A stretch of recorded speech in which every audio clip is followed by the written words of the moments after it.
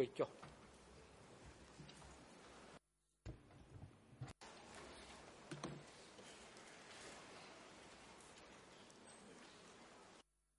Le président, veuillez vous asseoir.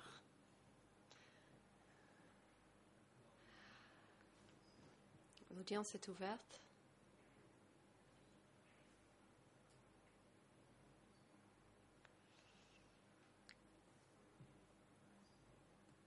La parole est à la défense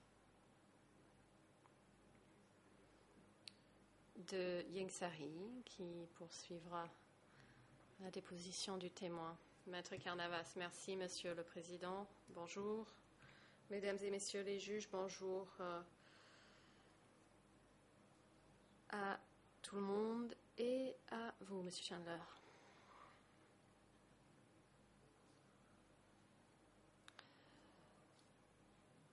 Il me reste encore quelques sujets à aborder rapidement.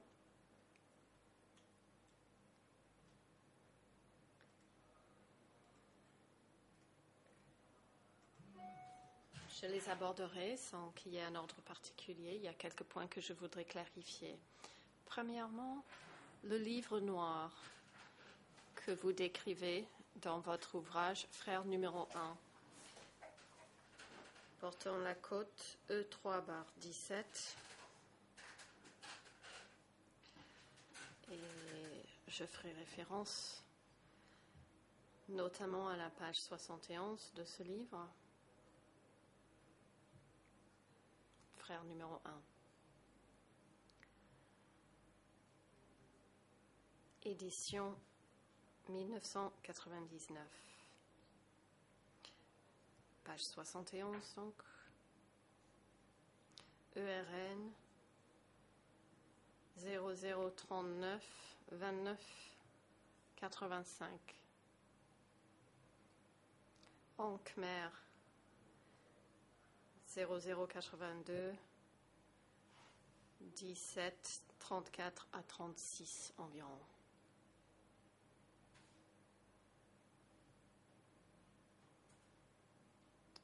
Je vais vous lire une ligne de cette page et vous poser quelques questions. Tout d'abord, vous connaissez le livre noir dont je parle, n'est-ce pas?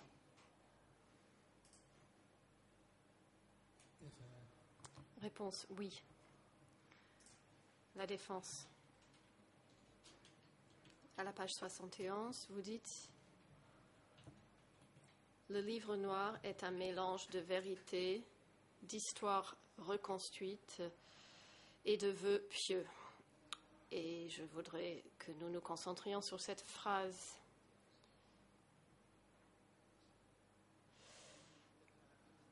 Cela, me semble-t-il, est une conclusion que vous tirez sur la base de votre analyse historique de ce qu'a écrit le Khmer Rouge et notamment ses dirigeants. En l'occurrence, donc, ce livre noir, vous dites, est un mélange de vérité, d'histoire reconstruite et de vœux pieux.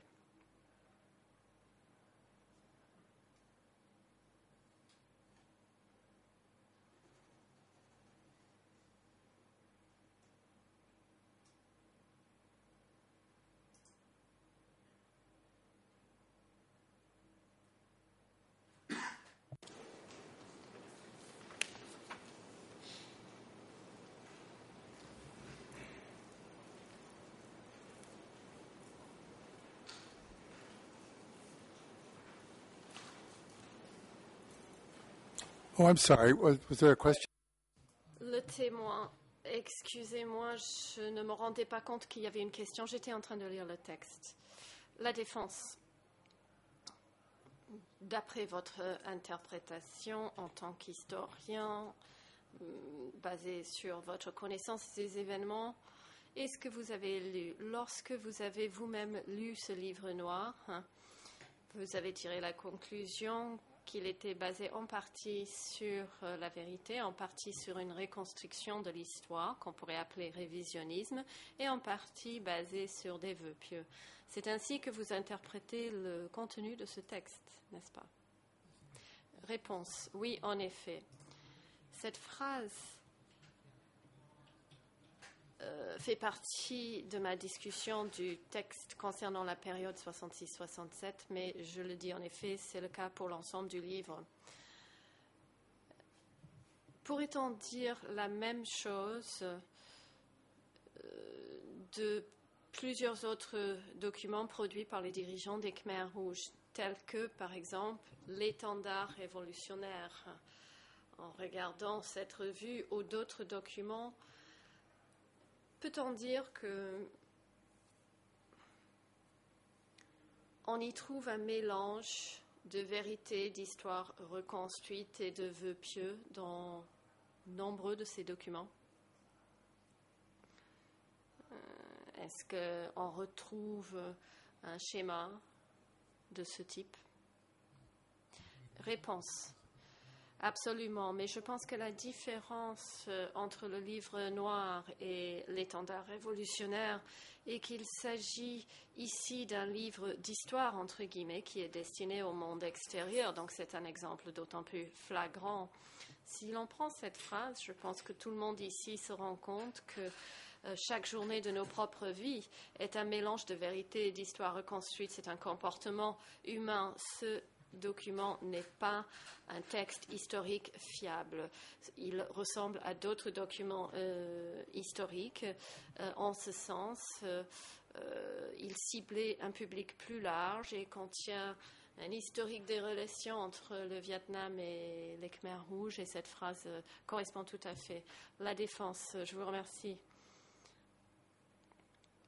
J'aimerais parler de façon plus générale concernant des documents écrits pour un public interne.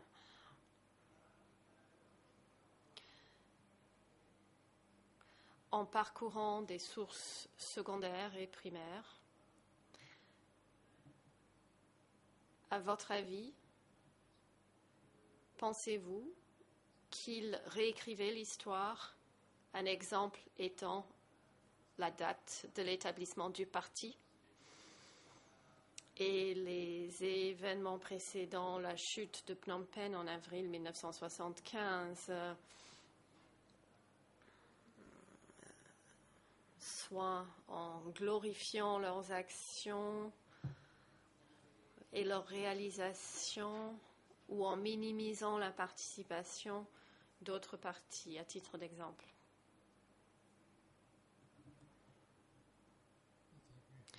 Réponse: oui, je suis tout à fait d'accord avec cette évaluation.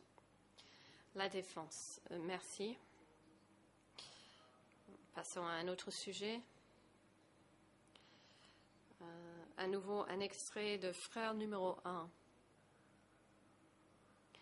Hier, nous avons parlé des bombardements.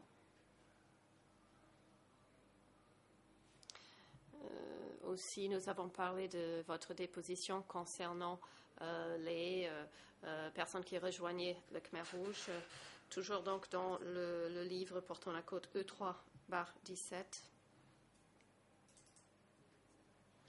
Il y a une partie qui m'intéresse à la page 76.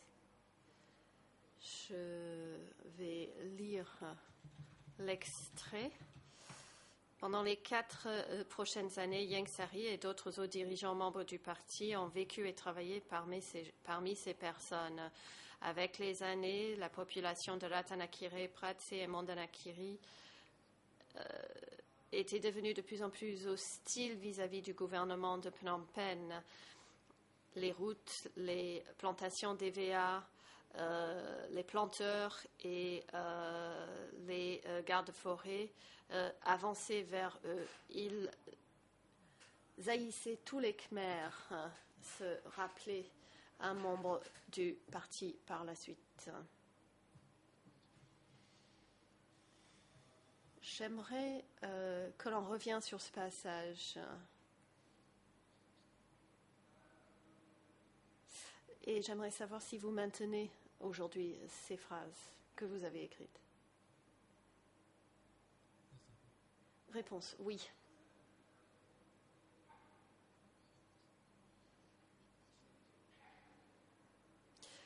La défense. Il semblerait qu'en plus des bombardements, vous l'avez qualifié en disant qu'en 1973 débutent les bombardements indiscriminés des Américains, mais qu'auparavant, il y avait des bombardements dans certaines zones. Mais nous voyons, et vous les identifiez ici, qu'il y a d'autres raisons, en tout cas dans ces régions.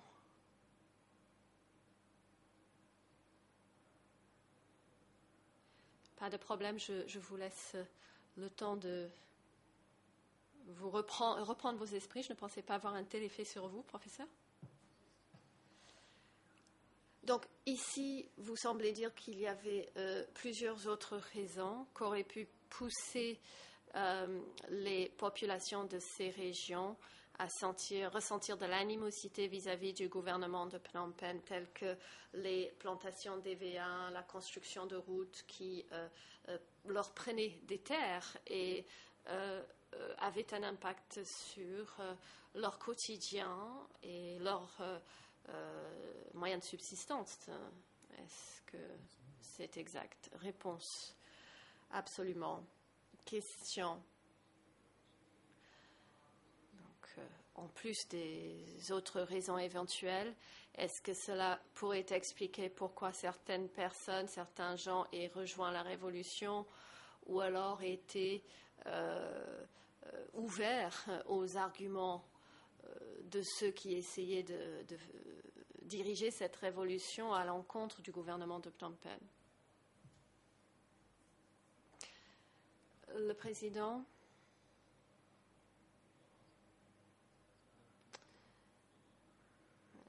Monsieur l'expert, veuillez attendre. Nous allons d'abord entendre l'objection de l'accusation. L'accusation. Mesdames et messieurs le juge, si j'avais formulé la question de cette manière, mon cher confrère se serait levé. Il sait très bien que ce n'est pas ainsi qu'on formule une question. Il demande au professeur d'émettre un avis concernant l'état d'esprit des populations et cette question est inadmissible. Est irrécevable, pardon. La défense. Monsieur le Président, je vais faire appel à une technique utilisée par l'accusation. Sur la base de vos recherches historiques, pouvez-vous nous dire si, à votre avis, les raisons identifiées ici dans votre ouvrage auraient pu inciter les populations dans ces zones à ressentir de la colère vis-à-vis du gouvernement de Phnom Penh? Si vous n'êtes pas en moyen de répondre à cette question, veuillez ne pas émettre de spéculation. Réponse, non, je pense que c'est une bonne question. Des preuves existent que beaucoup de gens ont rejoint le mouvement à ce moment-là. La défense, merci. Je passe à un autre sujet, le sujet des biographies. J'ai dit que je ne reviendrai pas sur la transcription et je n'ai pas l'intention de le faire, mais au cas où vous souhaiteriez le regarder et voir la partie qui nous concerne, le 20 juillet 2012, on vous a posé des questions, vous avez eu un échange concernant l'emploi des biographies. C'est à la page 15 et 16 de la transcription. L'heure étant légèrement avant 9h35 et 7 secondes. Nous retrouvons un autre échange à la page 118-119. Le président. Maître, veuillez répéter votre dernière phrase. Nous n'avons pas entendu la traduction. Veuillez donner précisément le numéro de page et l'heure dans la transcription. La Défense. Merci, Monsieur le Président. Il y a eu 2 échanges le 20 juillet. Premier échange, pages 15 et 16 de la version anglaise. L'heure étant environ 9h35 et 7 secondes. Le deuxième échange se trouve à la page 118 et 119. L'heure étant 15h08 et 9 secondes. Je ne désire pas rentrer dans le détail de ce que vous avez dit. Je voulais simplement signaler l'endroit de la transcription où cela se trouve, si cela vous intéresse. Mais je voudrais que nous parlions de votre réponse donnée le 6 août 2009.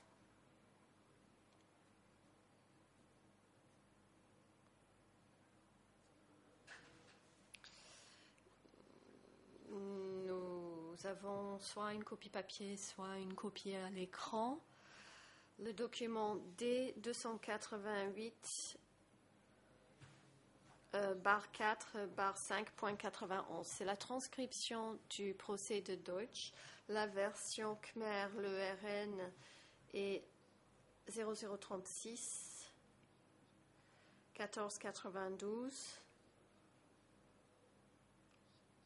L'anglais 0036 1370 et le français 0036 1619. C'est à la page 32 et cela continue sur la page 33. À la ligne 15, on vous pose une question. Me semble-t-il, posée par la juge Cartwright. Est-il exact de comprendre que les biographies des cadres ordinaires recueillies à S21 sont devenues source d'informations permettant au régime d'identifier ses ennemis, ou y avait-il un objectif moins sinistre ou une finalité moins sinistre? Votre réponse était non. Je ne pense pas qu'il y avait de finalité sinistre à demander au personnel de S21 de rédiger leur biographie. C'était simplement quelque chose que les membres du parti et les militaires devaient faire de temps à autre. Je pense, non, je dirais que ceci n'était pas l'objectif. C'était une pratique qui était universelle. Les gens n'y voyaient pas particulièrement malice. Ils avaient l'habitude et c'était une activité nécessaire. Et c'était une caractéristique normale de la vie à la prison. Et sans doute dans d'autres administrations du pays, à la différence près que ces autres fiches biographiques n'ont pas été retrouvées. On n'a retrouvé que celles qui ont été établies à S21.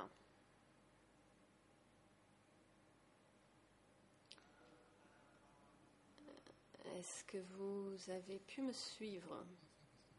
Réponse. Oui, je suis épatée par la technologie. La défense, moi aussi, et ce n'était pas comme cela lorsque j'ai démarré. Est-ce que vous maintenez cette réponse que vous avez donnée dans le procès de Deutsch en complément des réponses que vous avez données ici le 20 juillet? Réponse. Je pense que les deux réponses correspondent. Je suis tout à fait d'accord avec ce que j'ai dit ici dans le procès de Deutsch. Donc, oui, je maintiens ces propos. La défense. Dans le procès de Deutsch, on vous questionnait surtout sur S21. Mais il semblerait que ce que vous dites ici, c'est que sur la base de vos recherches, c'était une pratique habituelle à d'autres endroits ou au sein d'autres institutions, d'autres bureaux, et que il n'y avait rien de sinistre en soi à devoir rédiger une biographie. C'est ce que vous semblez nous dire. Est-ce que je synthétise votre avis correctement? Réponse oui, tout à fait. Vous l'avez bien résumé. Mais le peuple nouveau, le peuple du 17, n'avaient pas le sentiment qu'on leur posait des questions intrusives et sinistres, car on ne leur avait jamais posé ce genre de questions. Ils ne savaient pas à quoi allait servir leur réponse. Je pense que dans certains cas, les gens savaient que le parti allait utiliser ces informations pour essayer de savoir quel rôle il pouvait jouer au sein du parti. La défense. Je vous remercie.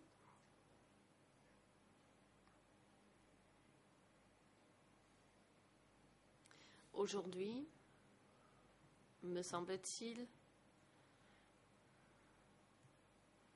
je pense que c'était aujourd'hui, vous avez dit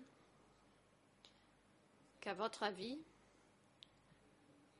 Son Sen était le numéro 3. Je ne remets pas cela en question, mais il me semble que ce matin, lors d'un de nos échanges, vous avez dit qu'il aurait été numéro 3. Est-ce exact et est-ce que vous maintenez ce propos? Réponse, oui, tel qu'il est formulé, oui. La défense, merci. Dans le procès de Deutsch, le 6 août 2009, le RN en Khmer 0036 15 34, en anglais 0036 14 36 et en français 0036 16 89. Vous avez indiqué à la page 98, ligne 15 de la transcription en anglais. Je pense que dans la zone du sud-ouest, Tamok a disposé de plus d'autonomie que les dirigeants des autres zones. C'était un personnage tout à fait proéminent. C'était le numéro 3.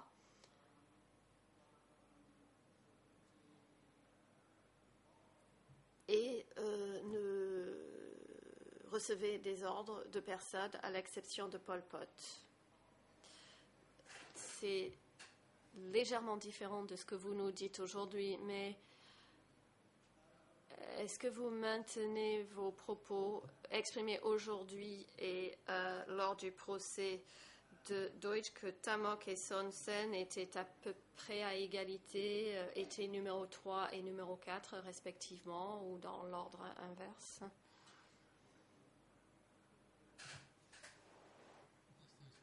Réponse, oui, il existe des preuves contradictoires, mais qui semblent confirmer la manière dont vous formulez cette situation. La défense. Merci. Le dernier sujet que je voudrais aborder, je ne veux pas dire la dernière question, car en tant que juriste, nous avons l'habitude de dire que c'est la dernière question et puis d'en poser tout un tas d'autres questions par la suite. Mais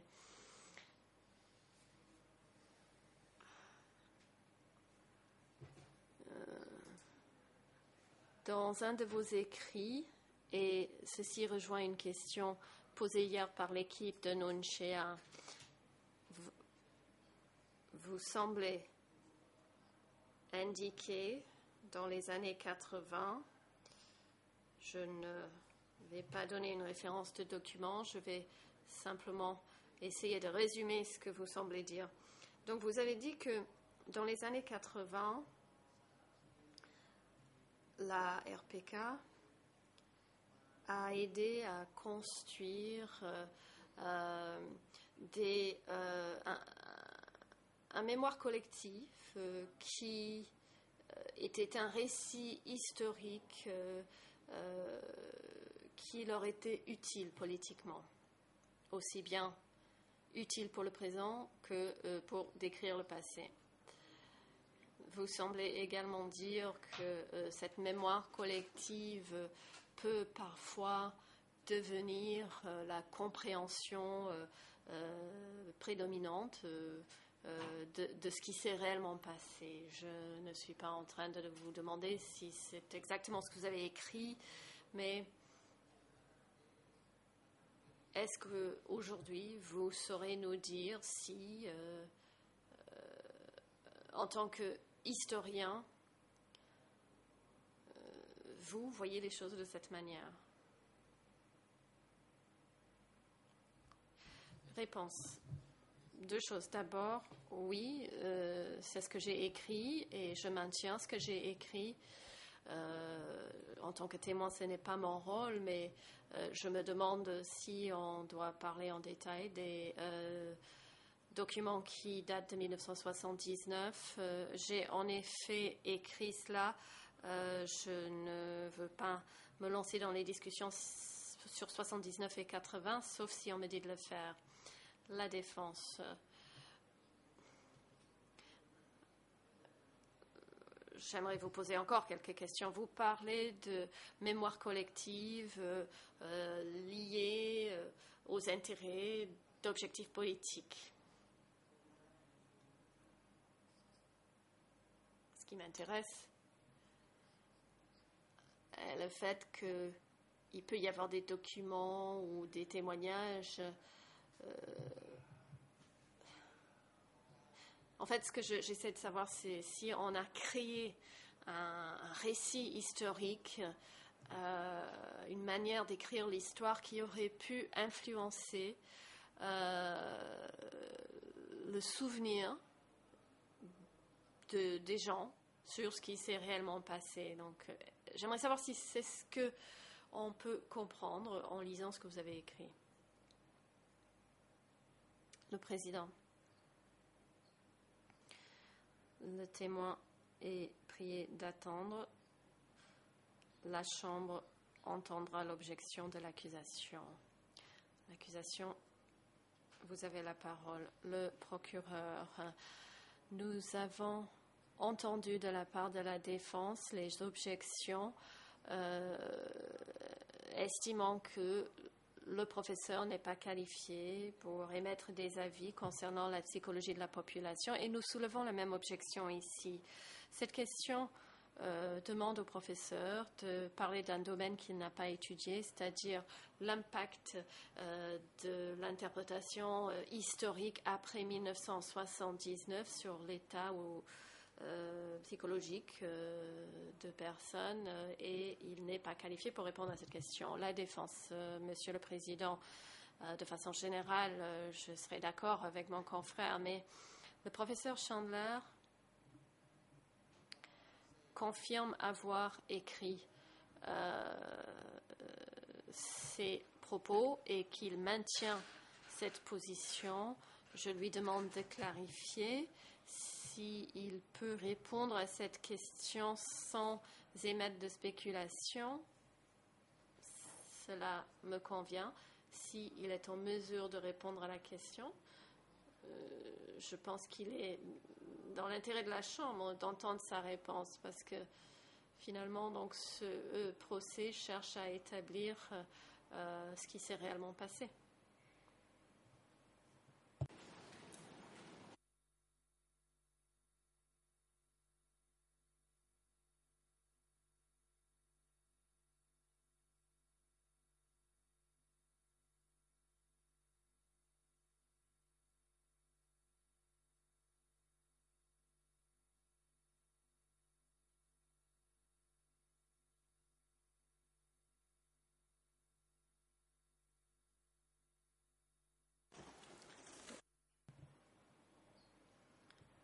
Le président. L'objection de l'accusation est repose sur des motifs valables.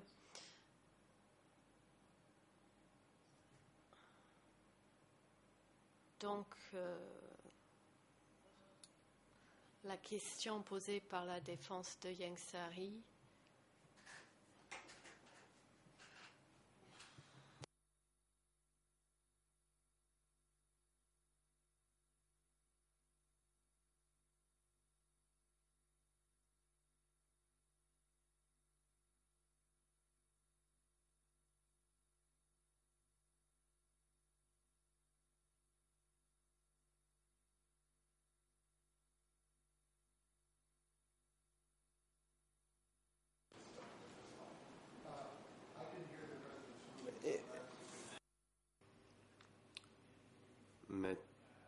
Carnavas. Oui, l'objection a été retenue par la Chambre et vous n'avez pas à répondre à ma question. Monsieur Chandler, au nom de Yengsari, de Maître Angudom, j'aimerais vous remercier d'être venu comparaître pour déposer. Nous vous souhaitons bon voyage et merci encore. Et merci à la Chambre pour le temps de parole qui nous a été donné pour procéder à l'interrogatoire de Monsieur Chandler.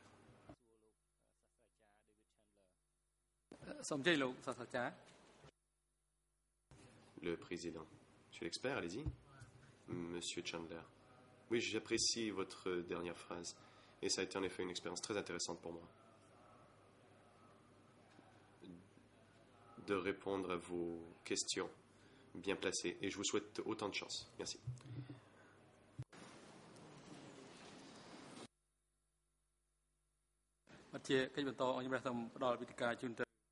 Le président. À présent, la Chambre laisse la parole à la défense de Khieu Samphan pour son interrogatoire du témoin David Chandler.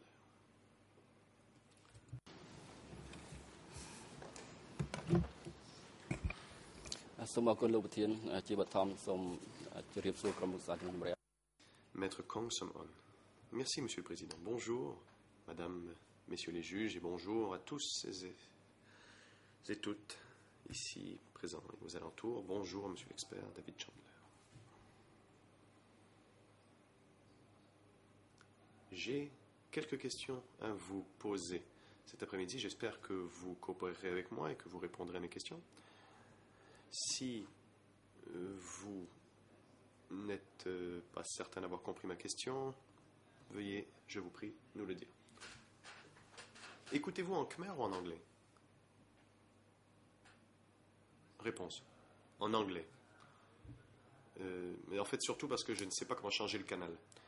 Mais je comprends le khmer quand je l'entends de l'autre oreille. Mais oui, j'écoute l'anglais dans mes écouteurs.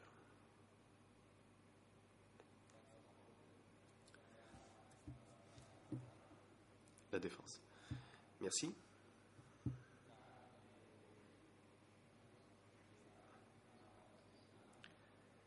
Nous avons au tribunal recours à des services d'interprètes. Et en raison de l'interprétation, il peut y avoir des écarts entre le khmer et l'anglais. En fait, il y a aussi un retard. Un certain délai. Donc, veuillez, je vous prie, être patient. Ma première question est la suivante.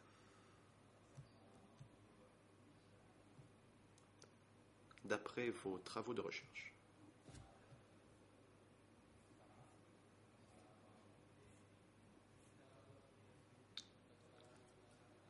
sur le Kampuchea démocratique, ou plutôt, d'après vos travaux de recherche que vous avez amorcés dès le début du Kampuchea démocratique, avez-vous fait ces recherches tout seul ou de concert avec d'autres? Réponse. Parfois, il m'arrivait de travailler avec d'autres personnes, mais la majeure partie de mon temps, je l'ai fait seul. Et des fois avec un interprète, mais ce n'était pas avec une équipe de recherche de l'université ou quelque chose du genre.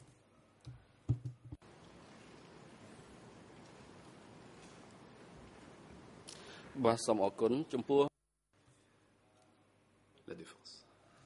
Merci.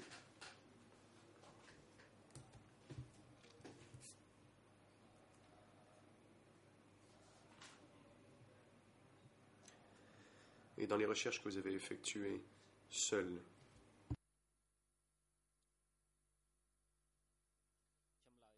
avez-vous passé beaucoup de temps sur votre recherche? Réponse. Je ne crois pas avoir bien compris. J'ai écrit des choses par moi-même. Je suis désolé, je n'ai pas bien compris votre question. Pourriez-vous, je vous prie, me la poser à nouveau?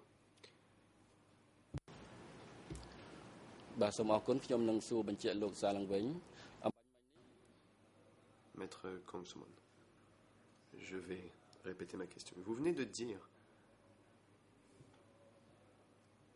à la Chambre que vous avez effectué vos recherches surtout par vous-même, et parfois en groupe, et des fois vous aviez recours au service d'un interprète. Donc, ma deuxième question était la suivante. Dans les recherches que vous avez faites seul, avez-vous surtout passé du temps à faire des recherches seul ou étiez-vous en groupe avec un interprète? Réponse. Oui, la majeure partie de mon temps par moi-même. En 1984, dans un des camps, j'avais fait des interviews et c'est pourquoi j'avais besoin d'un interprète.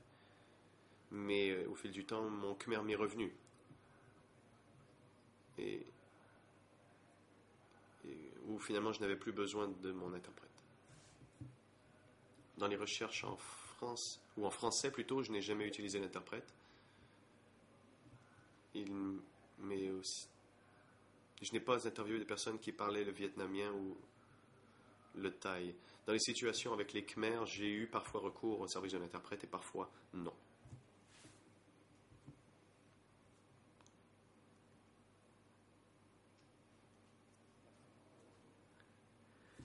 Question.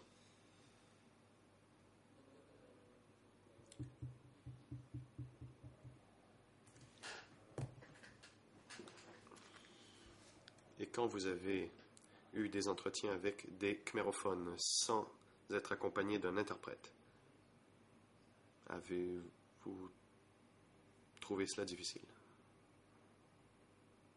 Réponse. Certainement, oui. Des entretiens en tête à tête avec des Cambodgiens, j'étais souvent avec quelqu'un, accompagné de quelqu'un, donc je pouvais poser la question en khmer, recevoir la réponse, et il y avait quelqu'un à côté. Il était très rare que je sois entièrement seul avec quelqu'un où j'avais eu des réponses que j'utiliserais dans mes ouvrages, car évidemment cela aurait pu représenter certaines difficultés.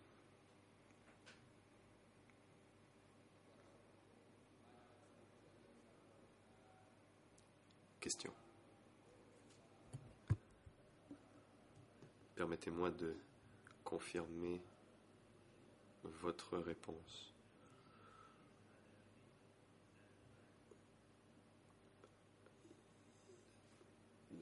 Le langage utilisé pour votre recherche est relativement limité? Réponse. Oui, en effet, les entretiens que j'ai faits en khmer sont un peu limités, mais je pense avoir une bonne maîtrise du khmer et je m'en sers avec confiance, du moins dans les années 80-90, j'ai assez confiance à mon niveau de mon khmer. Le français n'est pas non plus ma langue maternelle et je ressens certaines limites à cet égard, mais je n'ai jamais senti le besoin d'avoir eu recours à des services d'interprète quand j'interviewais des gens en français.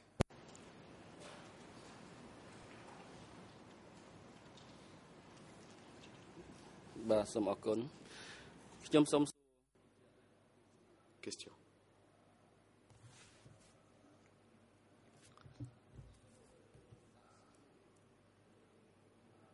J'aimerais que l'on parle un peu de vos interprètes quand vous faisiez vos recherches. Quand vous aviez une interview avec quelqu'un, s'agit-il d'une interview confidentielle ou y avait-il d'autres personnes autour pendant que vous réalisiez cette interview? Réponse. Cela dépendait du contexte. Certaines étaient en privé, d'autres, il y avait des gens autour.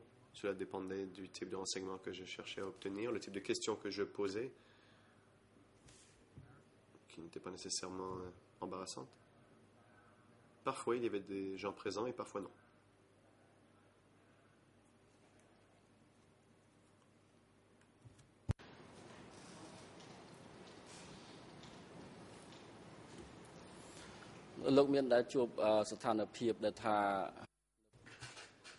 Question. Vous êtes-vous déjà retrouvé dans une situation, par exemple, vous avez un entretien avec la personne A et c'est une personne B qui répond à la place de A? Réponse. Je ne me souviens pas exactement d'un tel scénario. Je vois ce que vous voulez dire. On dit, je pose une question, puis quelqu'un d'autre dans la pièce dira non, en fait, oui, la véritable réponse est X. Je ne me souviens pas d'avoir mené des interviews de ce genre.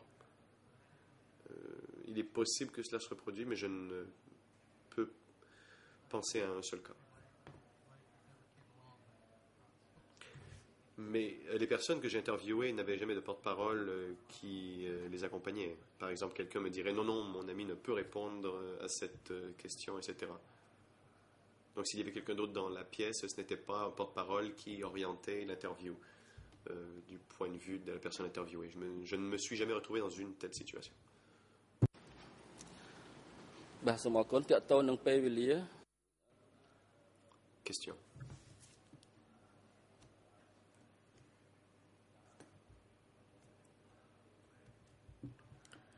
Et à quelle heure, vers quelle heure meniez-vous ces interviews et quelle année?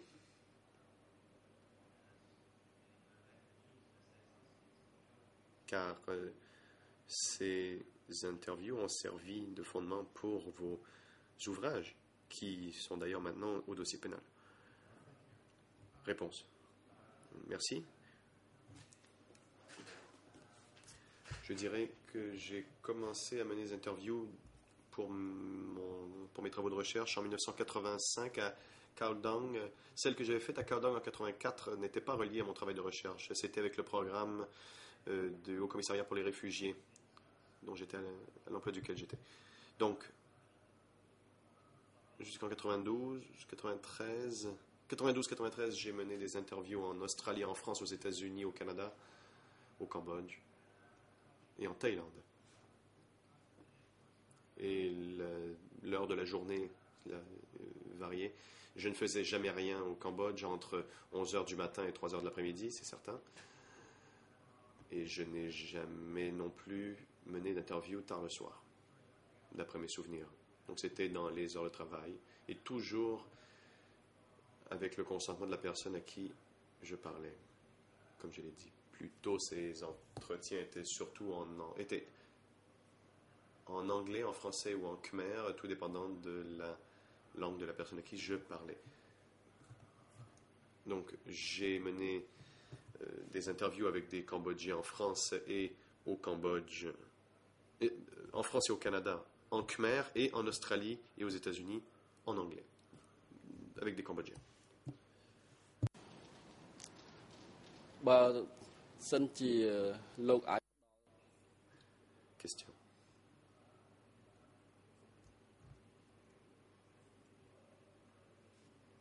Pourriez-vous dire à la Cour quel pourcentage de vos entretiens sont faits avec des gens ordinaires ou des réfugiés? Réponse. Pourriez-vous me répéter la première partie de votre question? Les interviews avec des quoi ou des réfugiés et le pourcentage. J'ai raté en fait la première catégorie. បាទសូមអរគុណខ្ញុំសួរ Question. Oui, les personnes avec lesquelles vous avez eu des entretiens, étaient-ce surtout des réfugiés ou des Cambodgiens qui vivaient au Cambodge? Réponse. Mais c'était surtout des réfugiés jusqu'en 1990, car c'était la première année à laquelle je suis revenu au Cambodge pour faire de la recherche. Donc dans les années 90, une bonne partie de mes entretiens étaient faits ici, mais c'était toujours avec des réfugiés. De 85 à 95, la plupart de ces gens étaient des réfugiés. Enfin, les gens à Kaodong n'étaient pas nécessairement des réfugiés, mais ceux à l'extérieur du Cambodge, oui, c'était des réfugiés.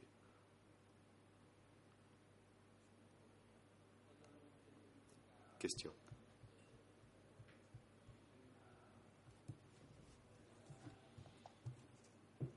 Avez-vous divisé en catégories les entretiens? Par exemple, ceux qui appuyaient le Kampuchea démocratique et ceux qui étaient des opposants au régime? Réponse. Pas avant de leur parler. Au fur et à mesure de l'entretien, je pouvais déterminer un peu les positions qu'ils prenaient. Je vous dirais que j'ai rencontré peu de gens qui étaient de grands partisans du Kampuchea démocratique, surtout dans les années 90. Et certaines personnes avaient des opinions assez équilibrées. Je n'ai pas rejeté les renseignements qu'ils m'ont donnés. Autrement dit, je ne cherchais pas des preuves à charge, je cherchais à obtenir des renseignements et tout ce que je pouvais trouver.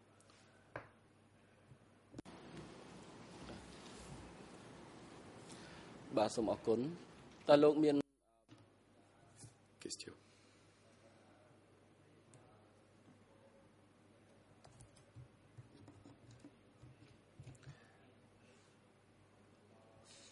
Quelles mesures avez-vous prises pour vous assurer d'obtenir des renseignements objectifs et neutres de la part de ces personnes pour éviter tout parti pris politique?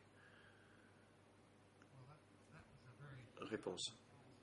C'est très difficile. Il est difficile de parler à des survivants du régime des Khmers rouges et avoir des opinions objectives, neutres et équilibrées. Il y avait des gens qui avaient des opinions neutres ou ceux qui avaient des opinions neutres du Kampuchea démocratique. Laissez-moi plutôt vous dire, je n'ai jamais trouvé quelqu'un qui avait une opinion neutre du Kampuchea démocratique. Certains approuvaient du régime et j'ai trouvé leurs renseignements utiles, et ceux qui désapprouvaient du régime et qui ont aussi trouvé leurs opinions intéressantes.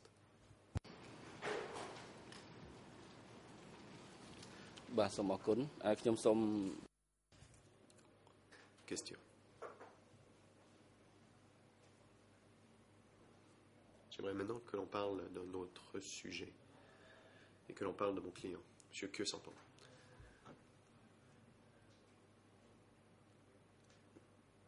Connaissiez-vous avant mon client, Khieu Samphan? Réponse. Non, je ne l'ai jamais rencontré et je ne lui ai jamais parlé.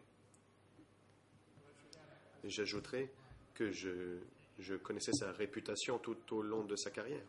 J'ai suivi sa carrière avec intérêt, mais je n'ai jamais eu de contact personnel avec lui.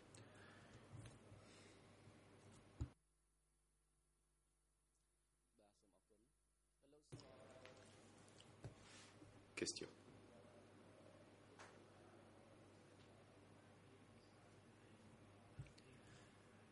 Quand avez-vous entendu parler de lui, de son nom, de sa popularité pour la première fois?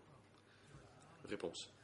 Eh bien, ils étaient synonymes dans la période où j'étais au Cambodge en 1960 et 62. La première fois que j'étais ici, il était bien connu comme quelqu'un d'intégrité extrême. Il était admiré par ceux qui admiraient l'intégrité.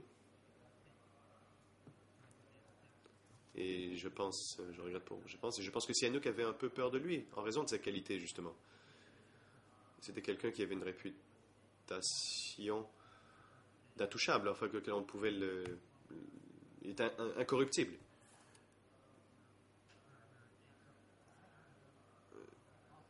Donc j'avais entendu toujours parler de lui de façon positive. Quand je travaillais avec l'ambassade américaine, nous étions intéressés par le fait qu'il avait annoncé des tendances de gauche.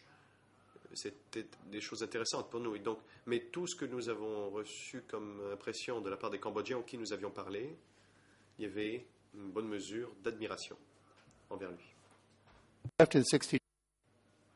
Et j'ai quitté en 1962. C'est la dernière fois que j'étais ici, alors que lui était aussi.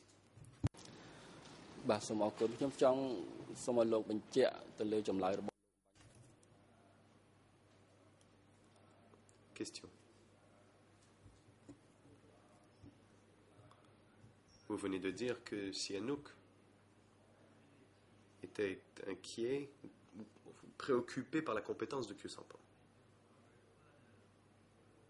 Pouvez-vous donner plus de détails? Pourquoi la présence de Khieu Samphan était-elle une inquiétude pour Sihanouk? J'apprécierais plus de détails. Réponse. Eh bien, j'ai essayé de l'expliquer. C'est une bonne question. C'est qu'il était le genre de personne avec lesquelles Sihanouk ne savait pas comment traiter. Sihanouk n'avait pas d'expérience avec des gens qu'il ne pouvait dominer ou manipuler, influencer, acheter.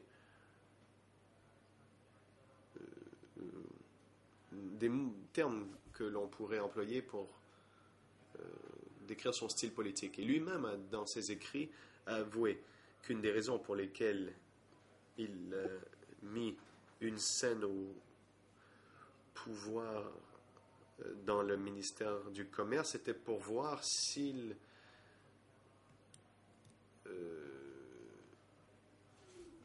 pouvait faire le travail. Et quand Khieu Samphan est au ministère, il n'y avait pas une trace de corruption. Et donc Sihanouk a vu que non seulement c'est quelqu'un qu'il n'aimait pas, enfin il y a beaucoup de gens qui n'aimaient pas, mais c'était quelqu'un qui fonctionnait selon sous un certain code moral différent de celui de ses associés.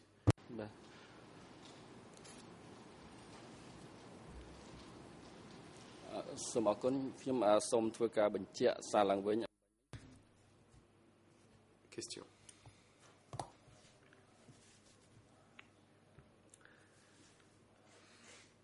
En Khmer, j'ai entendu une scène. Avez-vous dit une scène en réponse à votre question? Réponse, pas du tout. Je ne sais pas je ne sais pas d'où est venue une scène. Moi, je parlais de Sihanouk. And of this early period, Et dans cette période, enfin, je ne parle pas du tout d'une scène. Dans les années 60. nor did I mention Hu Nim or Hu Yuan, whose names might sound a little bit like Hun Sen to a. C'est peut-être que j'ai prononcé un nom qui ressemble un peu à une scène pour les interprètes, mais je n'ai pas dit une scène.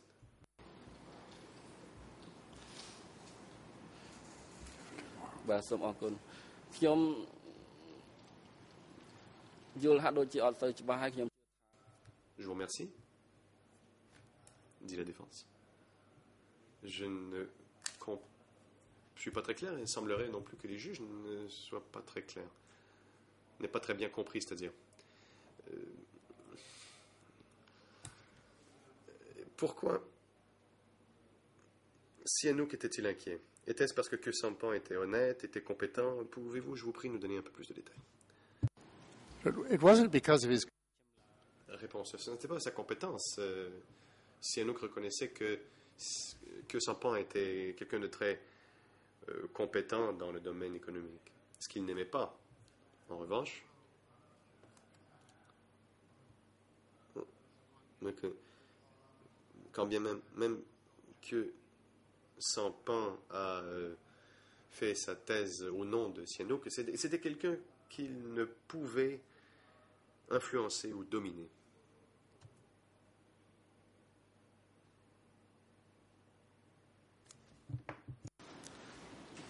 Bah, សូមអរគុណតាមការសិក្សាស្រាវជ្រាវរបស់លោក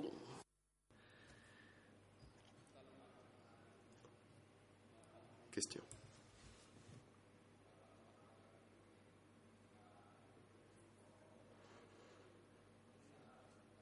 Dans le cadre de vos recherches, pouvez-vous nous dire, quand Khieu Samphan prit le maquis après l'annonce de l'identité des traîtres, pouvez-vous nous donner plus de détails sur cette période? Réponse. J'aurais dû apporter mon livre avec moi. Je décris cette situation en détail dans une tragédie de l'histoire du Cambodge. Il y a un certain malaise dans cette période. Il y avait la rébellion de Samlaut, les émeutes, les populations chinoises pour lesquelles Hunim avait été blâmé. Que Samphan était de retour dans l'Assemblée nationale, celle de 66, où les candidats n'avaient pas été choisis par Sihanouk. S'il avait eu le choix, en fait, Sihanouk n'aurait pas choisi ses candidats de gauche et que Samphan est revenu avec une majorité accrue, d'ailleurs, dans cette Assemblée de 66. Et il s'est rendu compte donc que ses ennemis n'étaient pas comme ces espèces d'ennemis typiques américains. Et le PCK, il a commencé à considérer que des ennemis à l'intérieur du pays s'opposaient à lui. Et il avait raison. Nous savons de l'autobiographie de Khieu Samphan qu'ils étaient opposés à lui. Et bon, ce n'est pas nécessairement s'il travaillait à ce qu'il soit renversé, mais du moins s'assurer qu'il ne gouverne plus le Cambodge. Il devenait donc assez nerveux, et quand Sihanouk devenait nerveux, il devenait agressif. Et mon impression, qui a d'ailleurs été confirmée par l'autobiographie de Khieu Samphan, j'ai l'impression que Khieu Samphan lui-même pensait que cette menace irait au-delà de simples paroles et pourrait devenir une menace physique. Et peut-être avait-il raison d'ailleurs, car Sihanouk avait déjà donné l'ordre, ou avait déjà donné l'ordre que des punitions soient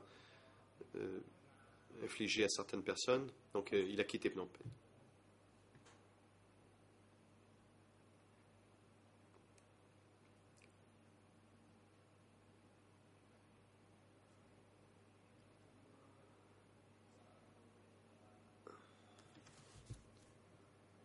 Question. Vous avez dit que Khieu Samphan a pris peur et s'est enfui.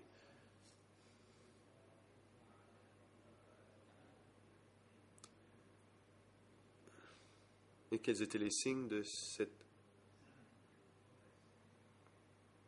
peur qui l'aurait poussé à prendre le maquis et vivre dans la forêt? Réponse. Eh bien, cela me vient de son autobiographie. Il faudrait que je puisse la relire, mais ces textes autobiographiques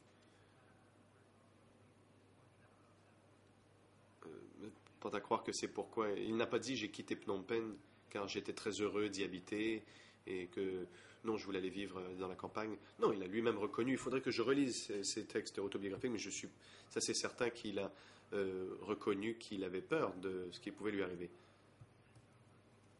Et même si cela n'a pas été indiqué dans son autobiographie, il est clair qu'il avait peur que cette campagne menée par Sihanouk commence à fouiller un peu plus profondément dans l'opposition de gauche et révéler l'existence du CPK dont Khieu Samphan était un membre secret.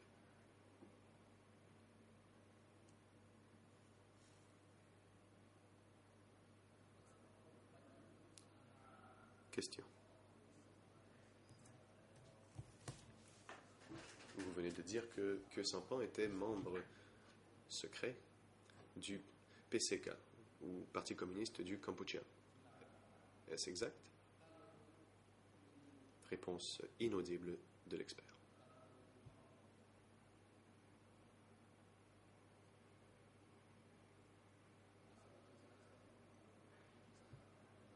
La défense poursuit. Excusez-moi, pourriez-vous donner votre réponse à nouveau pour que les interprètes puissent l'entendre?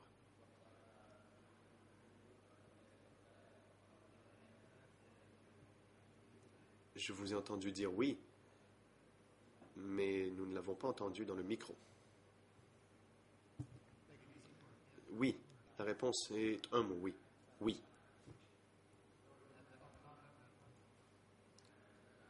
Nous n'avons pas toujours autant de chance dans les autres réponses que je donne parfois.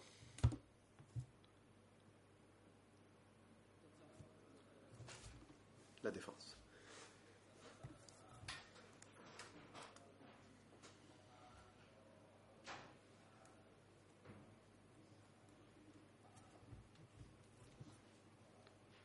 Y a-t-il quelques preuves que ce soit?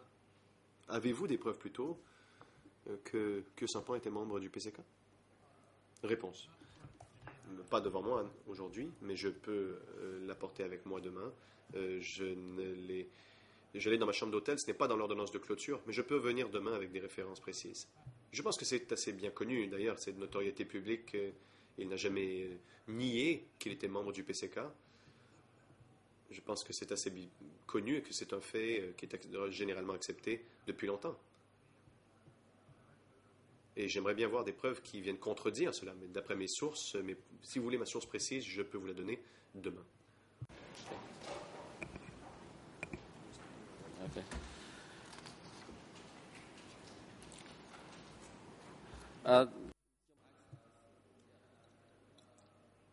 Question.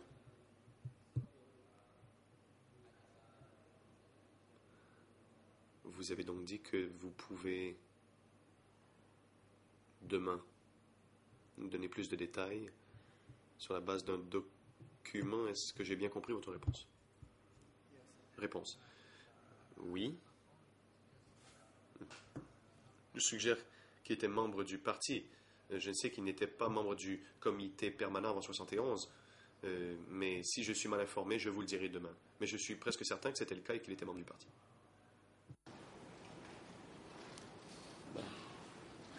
បាទសូមអរគុណលោកអាចបញ្ជាក់ពីពេលវេលាផងបានទេថា La défense de Khieu Samphan. Je vous remercie.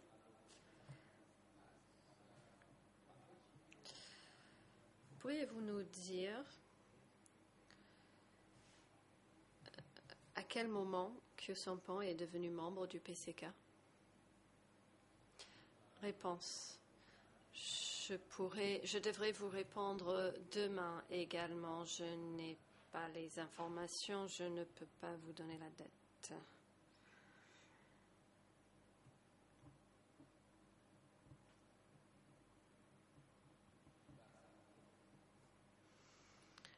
La défense. Je vous remercie.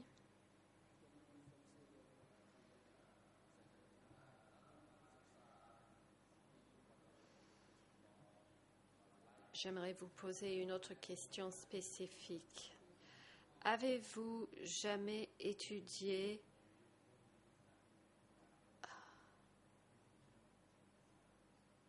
la biographie de Khieu Samphan directement? Ou avez-vous étudié simplement les biographies générales? Réponse. Il a écrit son propre autobiographie, donc je l'ai lu. Je n'ai pas étudié le personnage comme j'ai étudié Pol Pot, mais j'ai lu ses écrits et je me suis intéressée à sa vie et à ce qui a été écrit sur lui.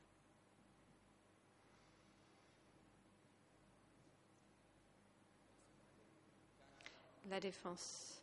Je vous remercie.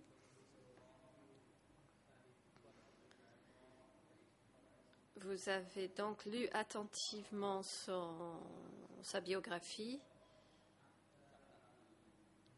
avec beaucoup d'intérêt parce que vous vous êtes intéressé à la période après 1979 ou à la période où il a pris le maquis. Réponse. Je n'ai peut-être pas été claire dans ma dernière réponse. Je l'ai lu avec beaucoup d'intérêt car c'était un document unique, c'était une autobiographie écrite par un haut dirigeant du régime du Kampuchea démocratique et membre de l'opposition gauchiste de Sihanouk. Et il s'agissait d'un personnage, le personnage le plus connu des Cambodgiens parmi les accusés. J'ai lu son autobiographie parce qu'elle existait, je voulais le lire, je ne me suis pas intéressée à une période particulière, je m'intéressais à lire la manière dont il racontait l'ensemble de sa vie.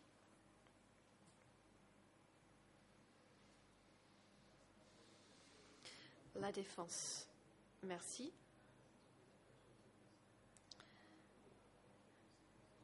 Je vous ai posé cette question car j'ai d'autres questions dans la suite de celle-ci concernant le statut de M. Khieu Samphan en tant que membre du PCK.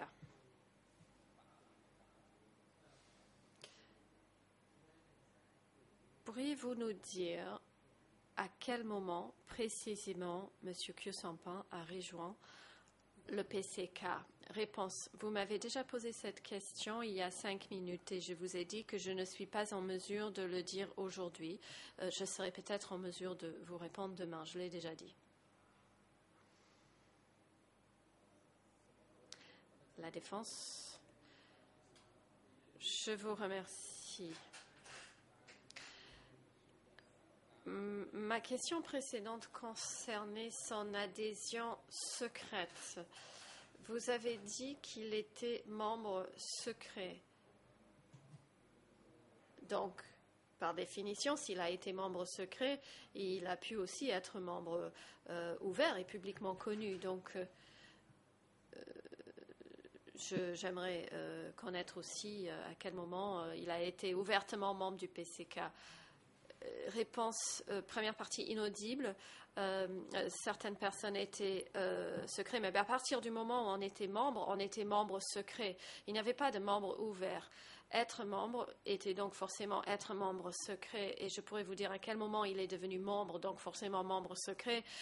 Quand j'aurais pu consulter ces informations, je ne veux pas donner l'impression de ne pas coopérer, mais je pense qu'on l'a vu dans d'autres dépositions, ce parti ne fonctionnait pas publiquement jusqu'en 1977. Donc, membre secret et membre, c'est la même chose. បើខ្ញុំសួរលោកអំពី La défense.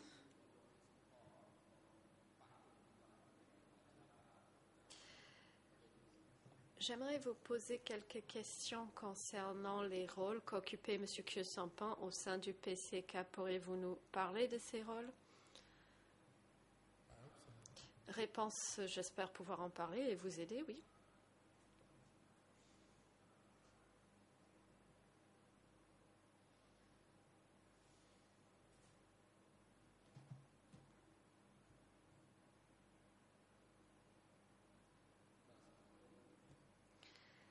La défense, merci.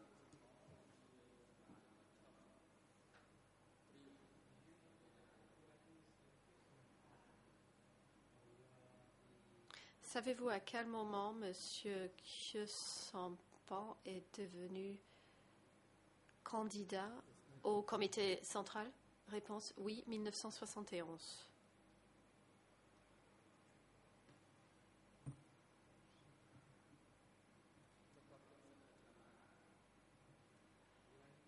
Question, et quand est-il devenu membre de droit?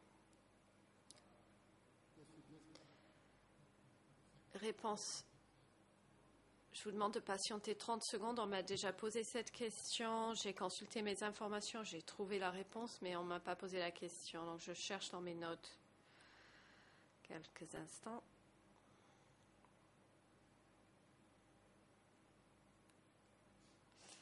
Mon écriture est très mauvaise.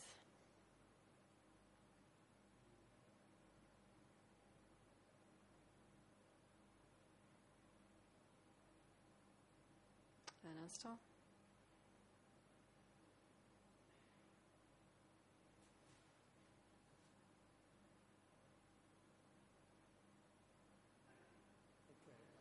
Voilà. Il est devenu membre candidat du comité central en 1971.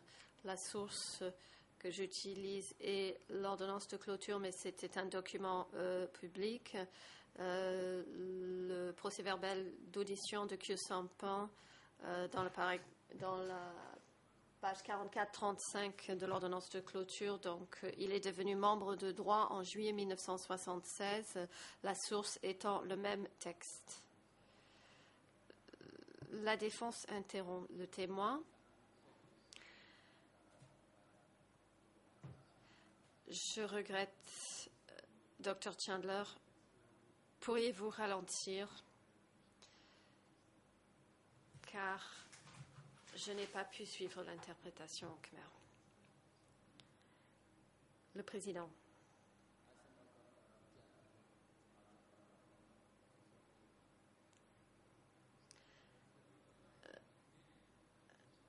Maître Kong Sam-on, Monsieur le Président, nous souhaitons que le Dr. Chandler répète sa réponse. Le Président. Dr. Chandler, veuillez, s'il vous plaît, répéter votre dernière réponse, qui était en effet plutôt rapide et qui n'a pas pu être correctement traduite. Réponse.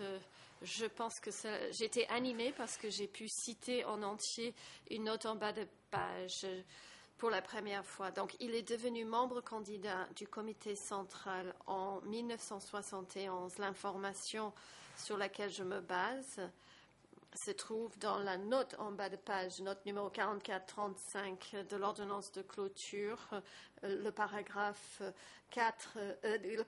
11 centre de l'ordonnance de clôture, une déclaration écrite de Khieu Samphan qu'il a donnée dans une audition. C'est sa propre déclaration. Il est devenu membre de droit en 1976 et là je cite le même texte, la note étant numéro 4639. Ce sont ses propres dires, je pense que l'on peut continuer. Je ne sais pas s'il est très utile, mais ce n'est pas à moi de le dire. Le président. Merci, maître. Merci, Dr. Chandler. Il est l'heure de suspendre les débats jusqu'à 15 heures. L'huissier d'audience est prié de porter son assistance aux témoins pendant la pause et leur accompagner au prétoire à 15 heures. L'audience est suspendue.